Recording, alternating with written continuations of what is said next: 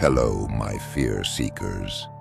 I'm your fear master, and I welcome you to another chilling installment of the Fear Factory stories.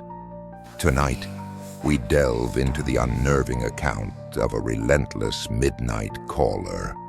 Imagine your phone ringing at the stroke of midnight every night, with no one on the other end. Or so it seems. Brace yourselves for a story that will make you dread the sound of your phone. Let's dive in, shall we?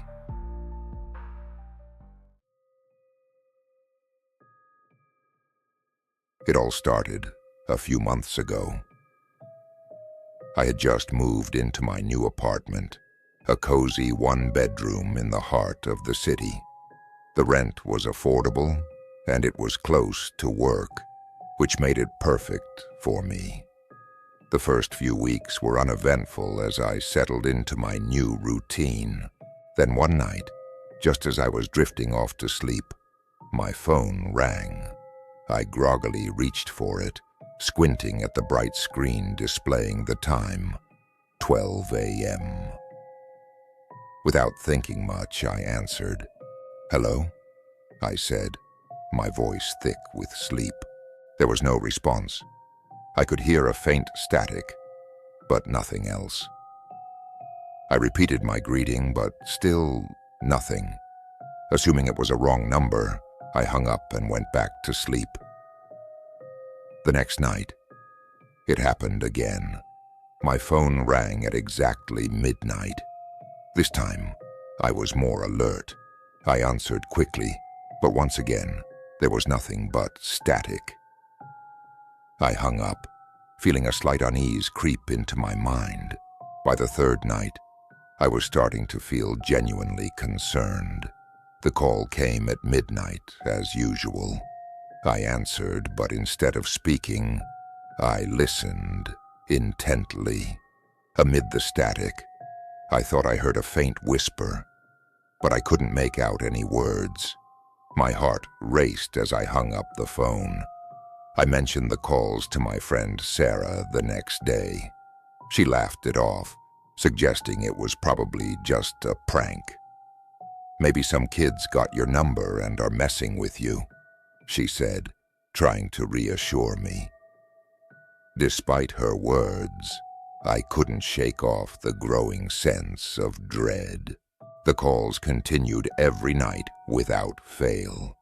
Each time the static grew louder, and the whispers became more distinct. I tried blocking the number, but the calls still came through.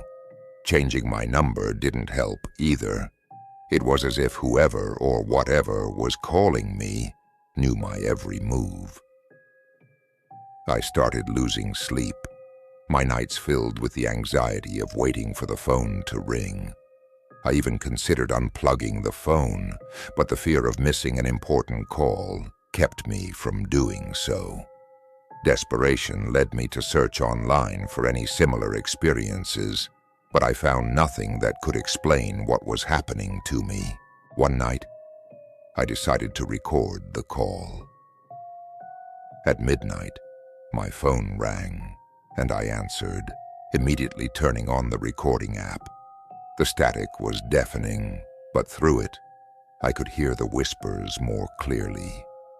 "Come closer," they seemed to say, sending chills down my spine.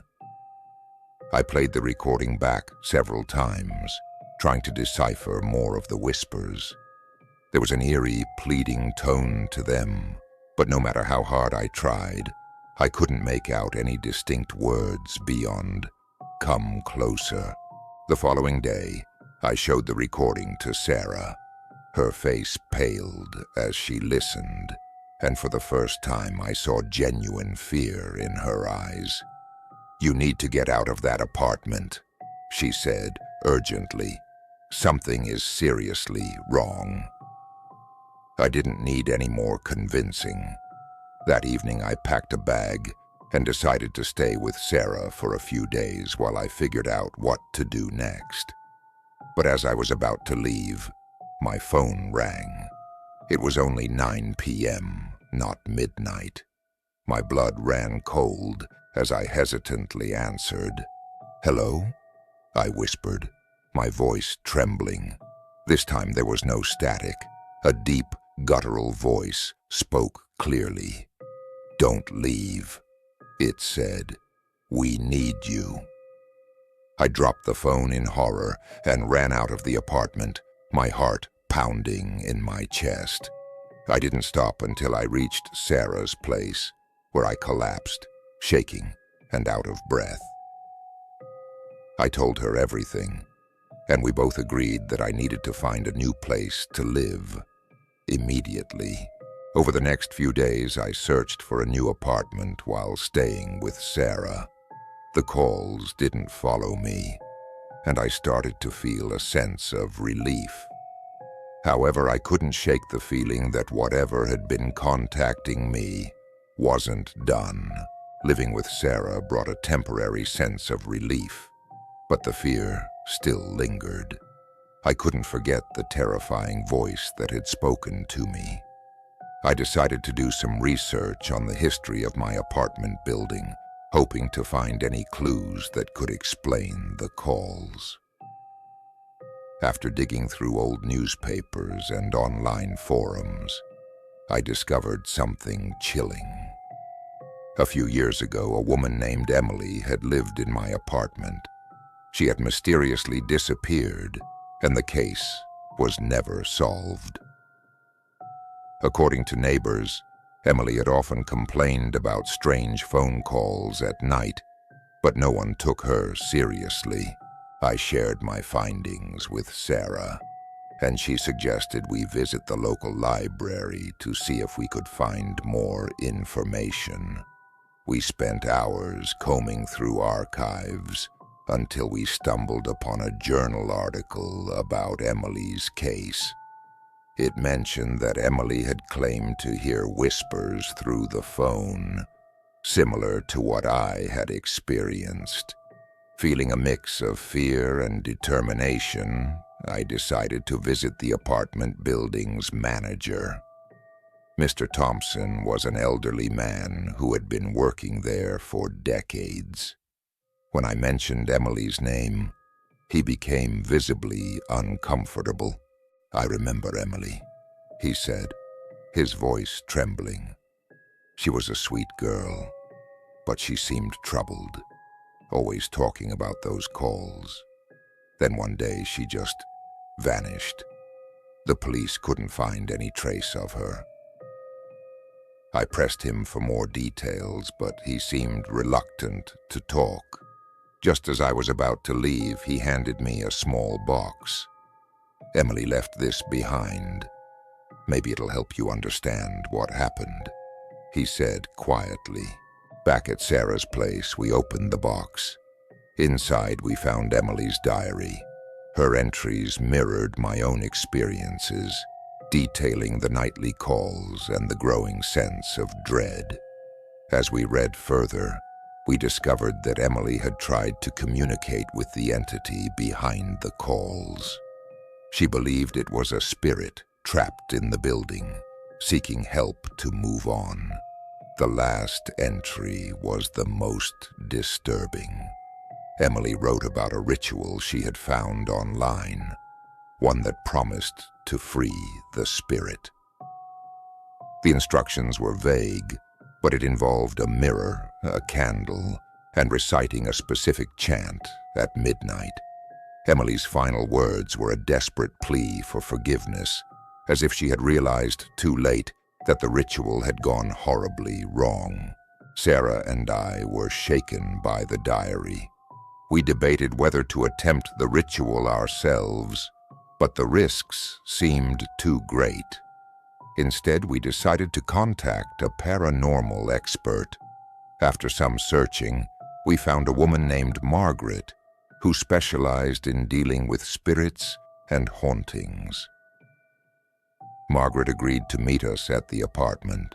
She brought various tools and explained that she would try to communicate with the spirit to understand what it wanted. As she set up her equipment, the atmosphere grew tense.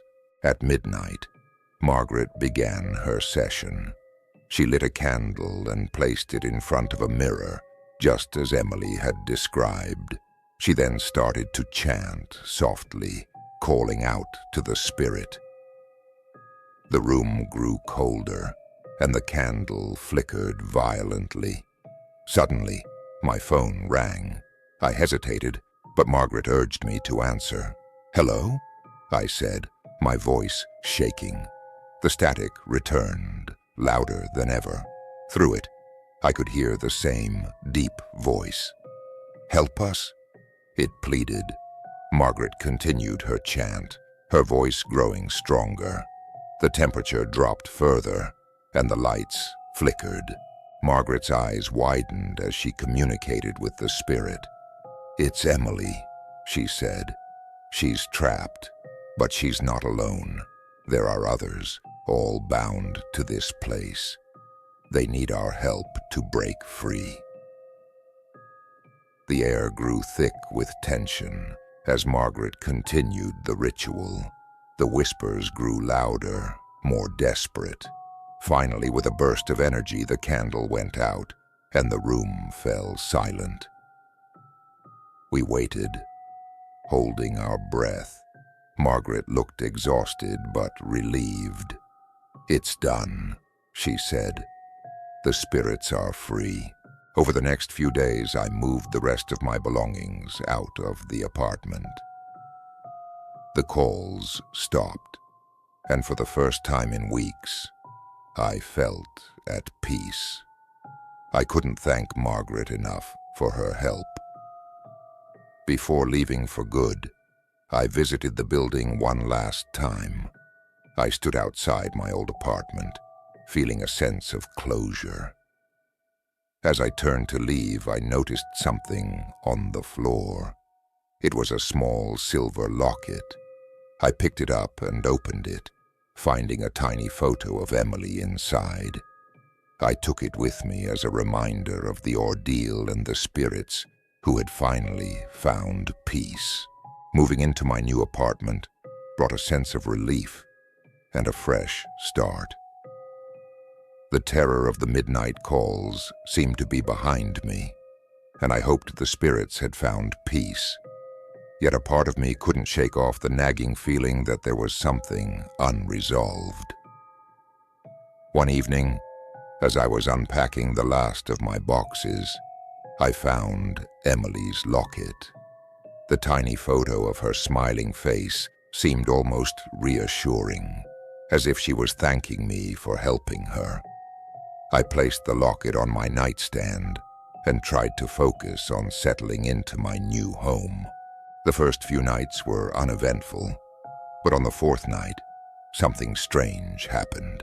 At exactly midnight, I was jolted awake by a familiar sound. My phone was ringing. My heart pounded as I reached for it, dreading what I might hear. "Hello?"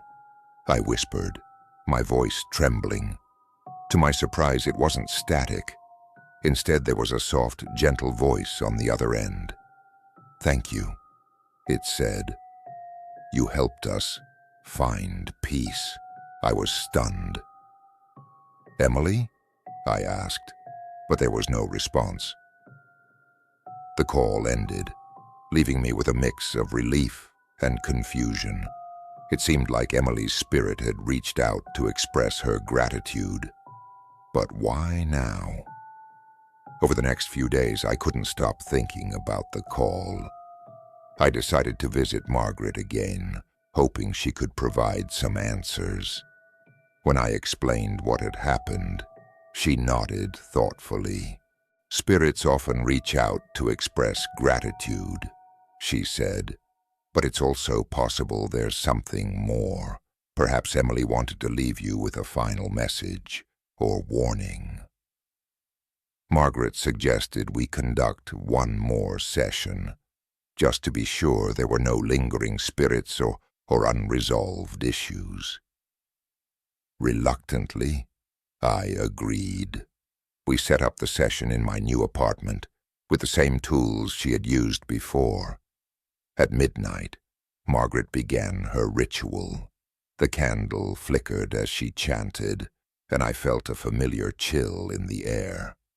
My phone remained silent. But the room seemed to grow heavier with each passing moment. Finally, Margaret spoke. "There's still a presence," she said, "but it's not hostile. It's seeking closure." I closed my eyes, hoping to connect with whatever was left. "Emily," I said softly, "is there something you need to tell me?"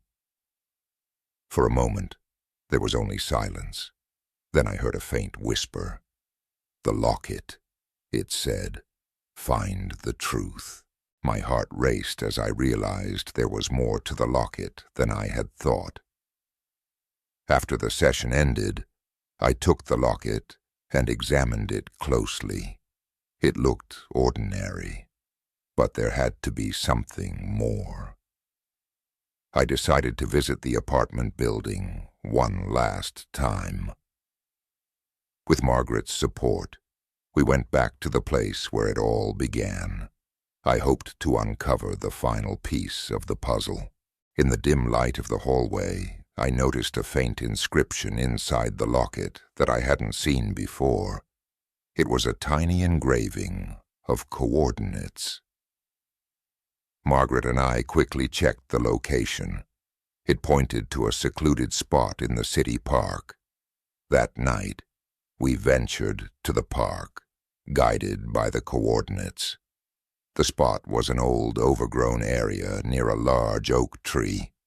Digging cautiously, we unearthed a small metal box. Inside, we found a stack of letters, a few photographs, and an old, worn diary. The diary belonged to Emily, and it detailed her life before the haunting calls began.